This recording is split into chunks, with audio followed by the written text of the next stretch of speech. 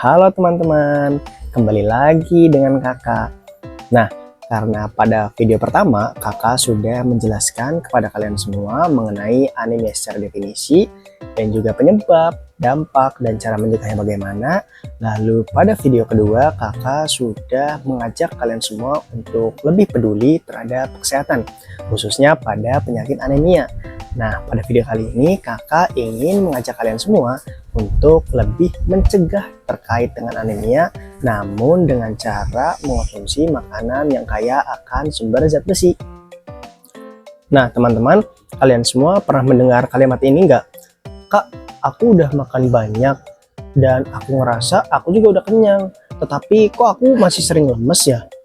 Nah, coba kakak mau tanya kepada kalian semua, menurut kalian lebih memilih kenyang terlebih dahulu atau kita lebih mementingkan makanan yang kita pilih itu bergizi? Nah, untuk menjawab pertanyaan tersebut, coba kita simak video ini secara bersama-sama ya.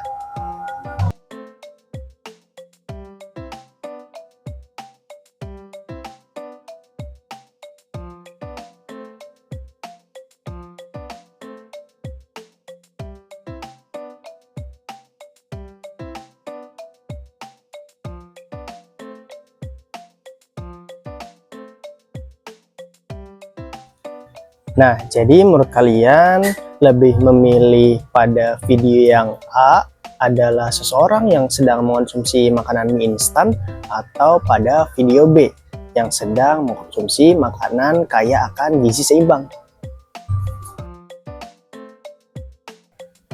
Nah, kalau semisal teman-teman tadi memilih video yang B adalah seseorang yang mengonsumsi makanan gizi seimbang, itu sudah benar banget teman-teman. Karena apa? Karena tubuh kita memerlukan yang namanya sumber zat besi. Sumber zat besi ini adalah berfungsi untuk memproduksi hemoglobin.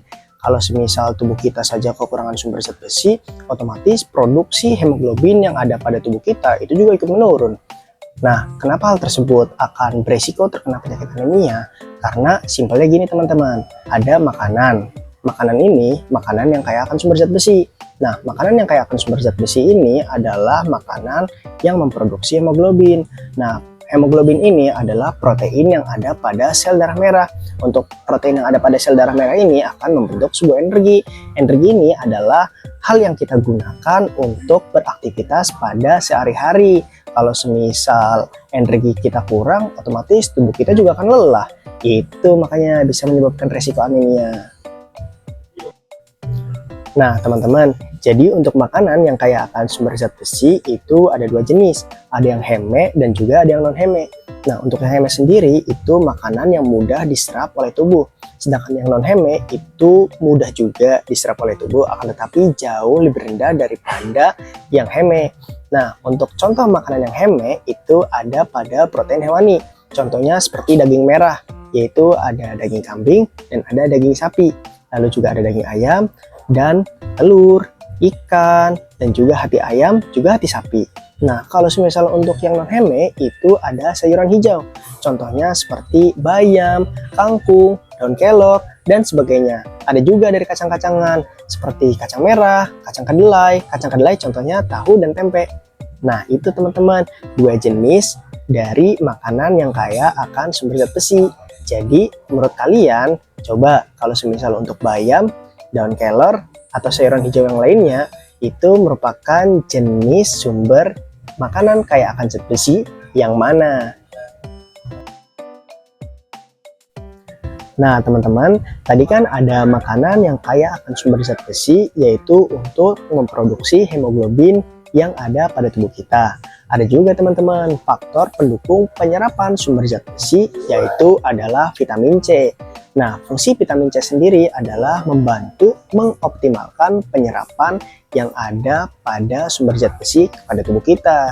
Jadi teman-teman, gak semuanya makanan yang kaya akan sumber zat besi itu langsung diserap oleh tubuh. Jadi, fungsi utama dari vitamin C adalah untuk menyerap hal tersebut. Nah, teman-teman, untuk makanan yang kaya akan vitamin C itu ada pada jeruk, lalu juga ada pada jambu biji, dan juga buah stroberi, dan juga kiwi. Nah, itu termasuk salah satu jenis-jenis buah yang kaya akan vitamin C.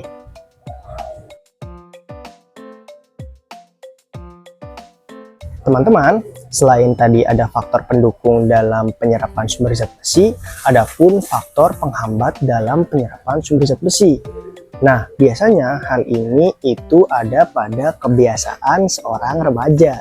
Contohnya, pada saat kita mengonsumsi makanan, lalu didampingi dengan minum teh manis. Hal itu tidak boleh yang teman-teman. Karena apa? Karena teh dan kopi itu mengandung tanin dan juga polifenol yang memiliki mengikat zat besi yang ada pada makanan. Hal ini sehingga tubuh sulit untuk menyerap sumber zat besi tadi. Artinya, kita bukannya tidak boleh mengonsumsi teh atau kopi, akan tetapi diberikan jeda dulu sekitar 1-2 jam setelah makan, baru kita boleh mengonsumsi teh atau kopi. Karena apa? Karena untuk menghindari yang tadi mengikat sumber zat besi yang ada pada tubuh kita.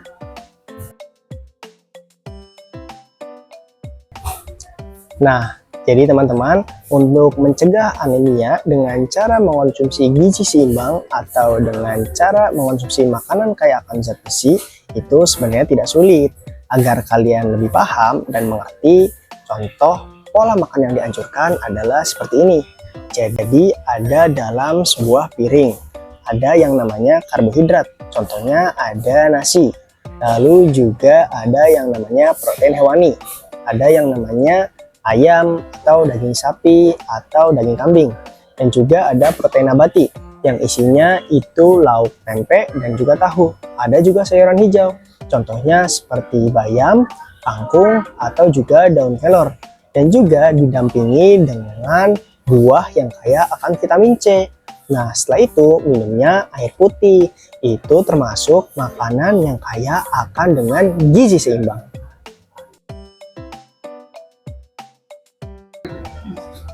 Nah, karena kalian adalah seorang remaja putri yang memiliki resiko anemia lebih tinggi karena akibat adanya menstruasi setiap bulannya atau kehilangan darah setiap bulannya, maka dari itu kakak ingin mengingatkan kepada kalian semua bahwasannya utamakan mengonsumsi makanan yang kaya akan gizi seimbang dan juga kaya akan sumber zat besi. Setelah itu, hindari mengonsumsi minum teh dan juga kopi bersamaan pada saat waktu makan. Jangan lupa juga utamakan konsumsi buah yang kaya akan vitamin C. Dan juga jangan lupa ketika diberikan oleh pemerintah tablet tambah darah, itu harus diminum ya.